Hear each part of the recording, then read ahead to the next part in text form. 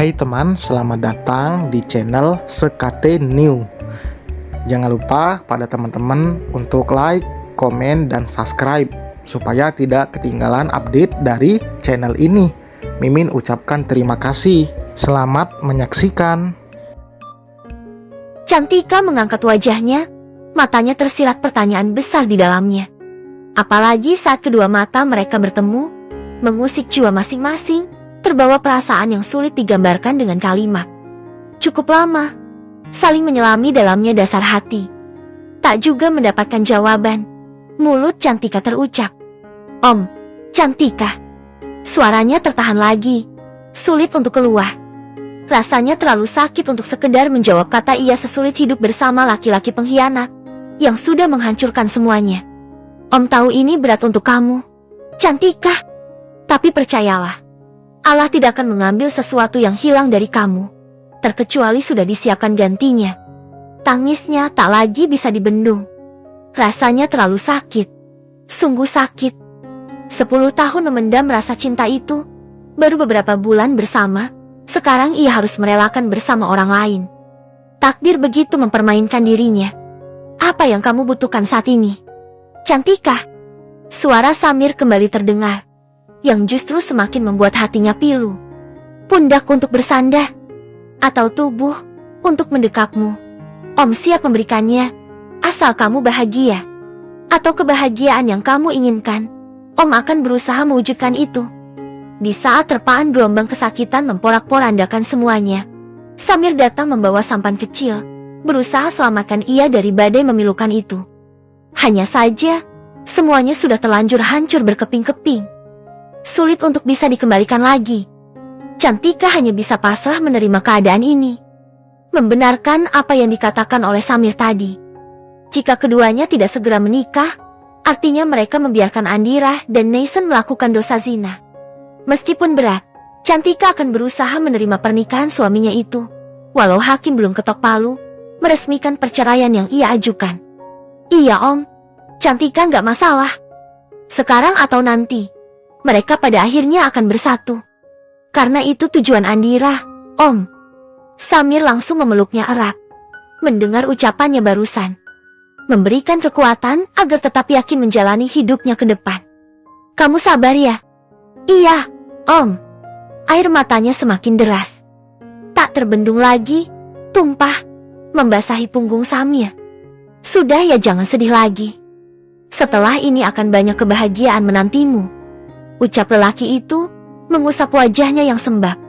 Usai pelukan mereka terlepas, Lastri yang kebetulan menyaksikan kejadian itu cuma bisa berharap keduanya bisa bersatu.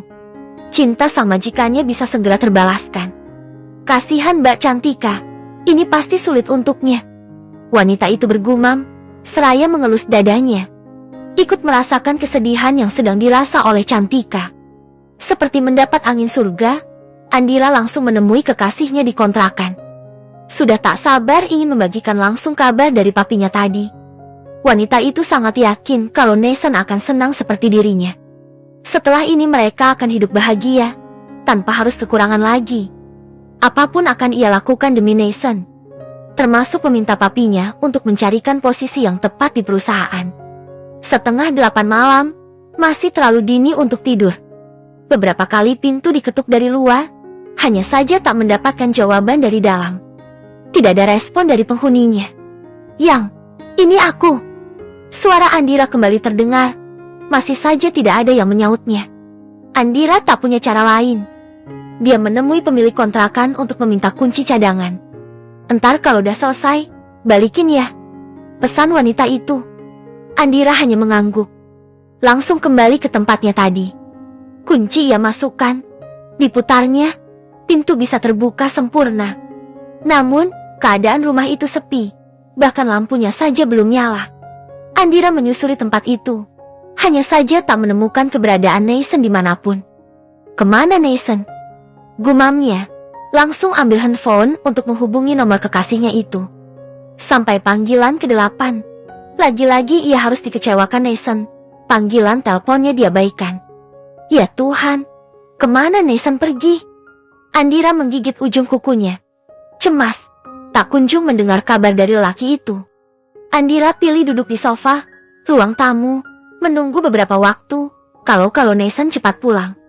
Nyatanya sampai matanya ngantuk, dan ia ketiduran di sana.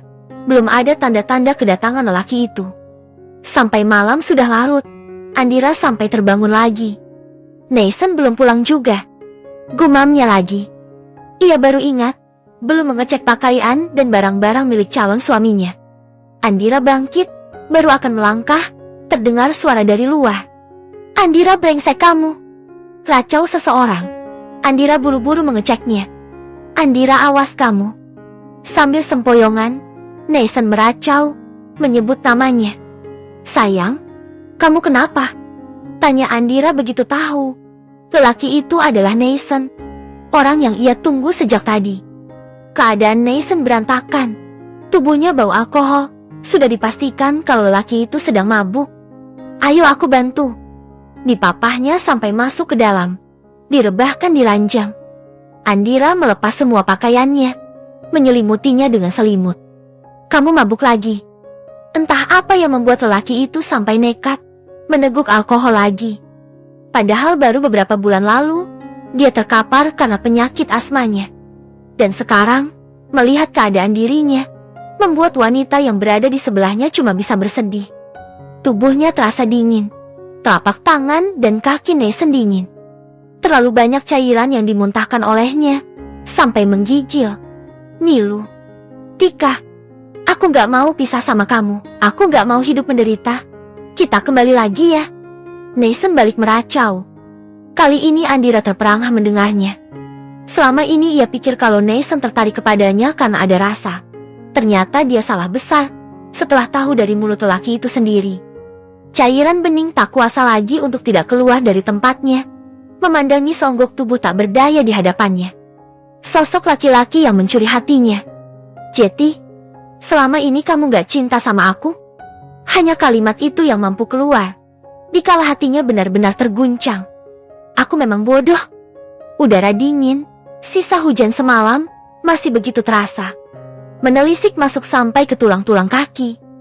Dua anak manusia masih betah meringkuk di dalam selimut.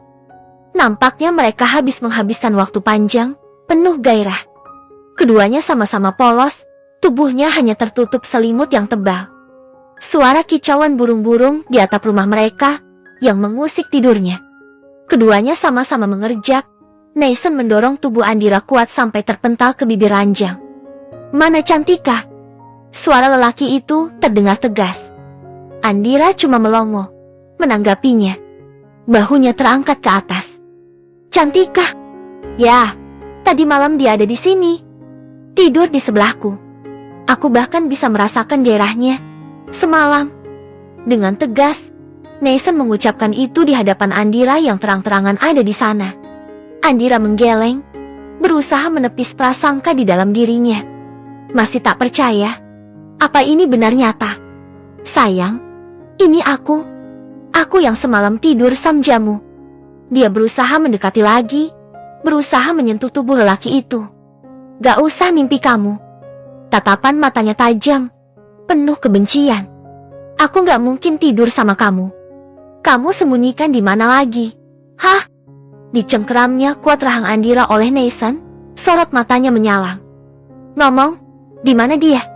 Kamu sembunyikan kemana? Hah?